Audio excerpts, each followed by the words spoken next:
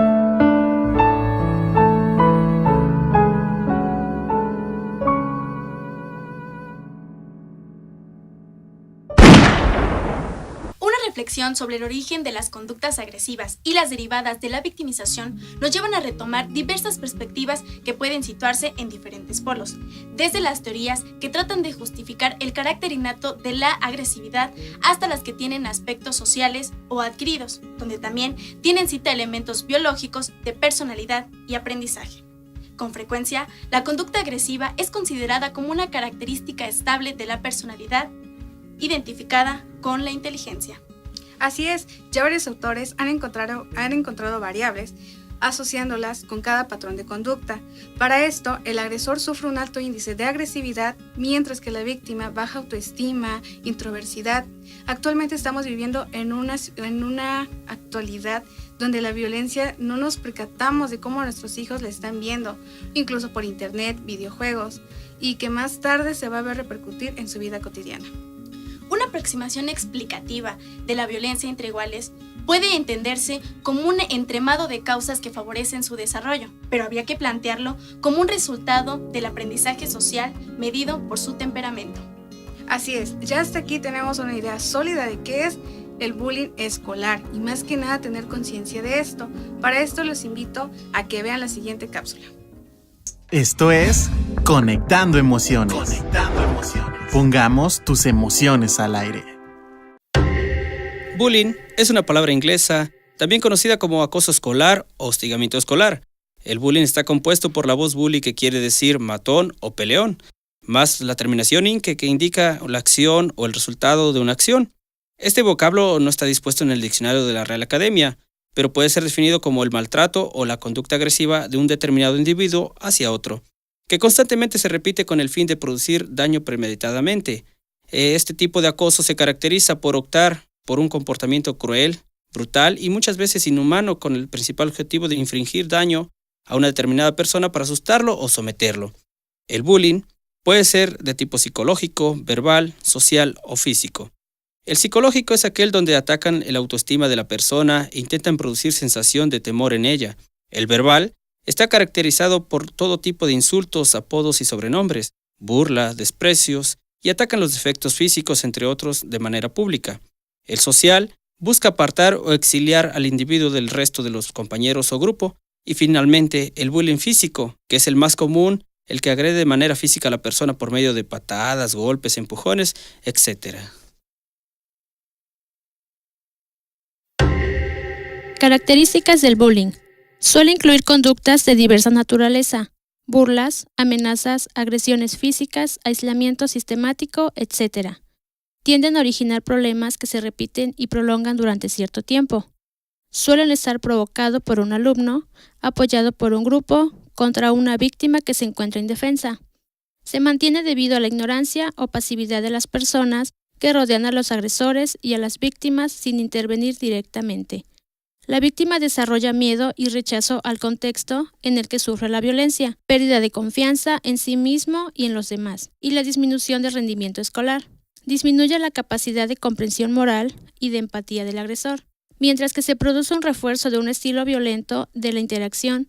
En las personas que observan la violencia sin hacer nada para evitarla, se produce falta de sensibilidad y apatía.